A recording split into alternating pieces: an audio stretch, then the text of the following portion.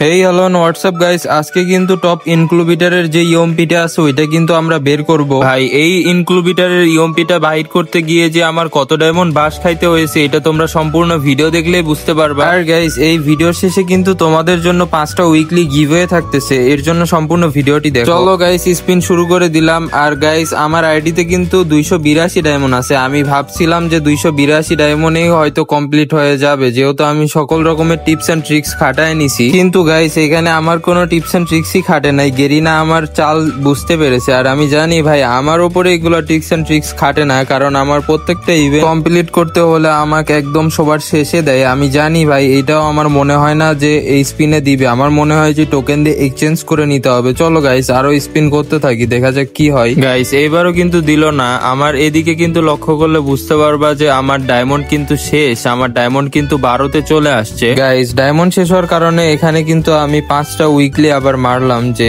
আমি এই ইভেন্টটা কমপ্লিট করেই ছাড়বো। ভাই যে করেই হোক আজকে ইভেন্টটা আমি কমপ্লিট করবো। গাইস উইকলি কিন্তু আমাদের এখানে 5টা চলে এসেছে, যার কারণে আমরা আবার স্পিন শুরু করে দেই আর দেখি এবার কি হয়। গাইস এখানে কিন্তু আমি একের পর এক স্পিন মারতে থাকি, কিন্তু ভাই কোনো লাভ হয় না, যার কারণে আমি অন্য একটি ইভেন্টে গিয়ে টোকেন কালেক্ট করার জন্য স্পিন মারি, কিন্তু ওইখানে আরো কম টোকেন দিতেছিল, যার কারণে আবার আমি এই ইভেন্টে ব্যাক আসি। গাইস দেখতে দেখতে কিন্তু আমি অনেক স্পিন করে ফেলছি, কিন্তু তারপরেও কোনো কাজ হইতেছিল না। আমি জানি আমাকে ফকির করেই ছাড়বে আজকে গেরি। আর গাইস তোমরা দোয়া করো এই ডায়মন্ডে যদি ইএমপিটা বাইর হয়ে যায় তাহলে তোমাদের জন্য থাকতেছে 10টাই উইকলি গিভওয়ে। এখন পর্যন্ত যারা চ্যানেলটিতে সাবস্ক্রাইব করো না ভাই কি করতেছো তোমরা, তাড়াতাড়ি চ্যানেলটাকে সাবস্ক্রাইব করে পাশে থাকা বেল আইকন চাপিয়ে দাও। আর ভিডিওতে তো লাইক করতে অবশ্যই ভুলবা না। আর গাইস তোমরা তোমাদের ইউআইডি দিয়ে সুন্দরভাবে কমেন্ট করো, আর একবারই কমেন্ট করবা, 2বার কমেন্ট করবে না, তাহলে স্পিন করতে অসুবিধা হবে। স্পিন করে আমি তোমাদের মধ্যে থেকে যে কোনো 5জনকে লাকি 5জনকে 5টা উইকলি গিভওয়ে করব।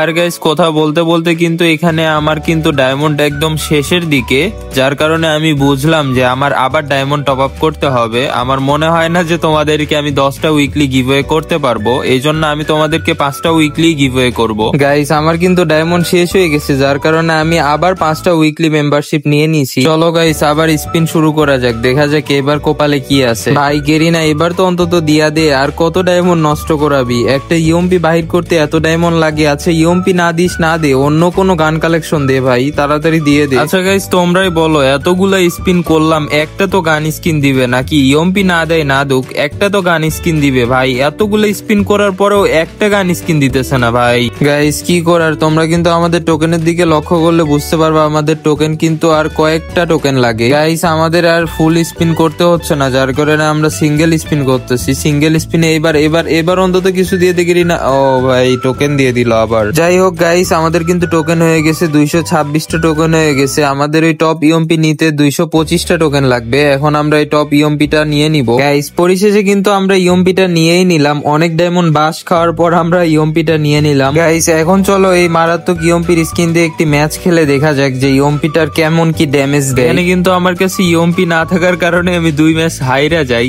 আরে ভাই না ভাই, ইএমপি থাকার কারণে না, আমি খেলতে পারি নাই 2টা ম্যাচ।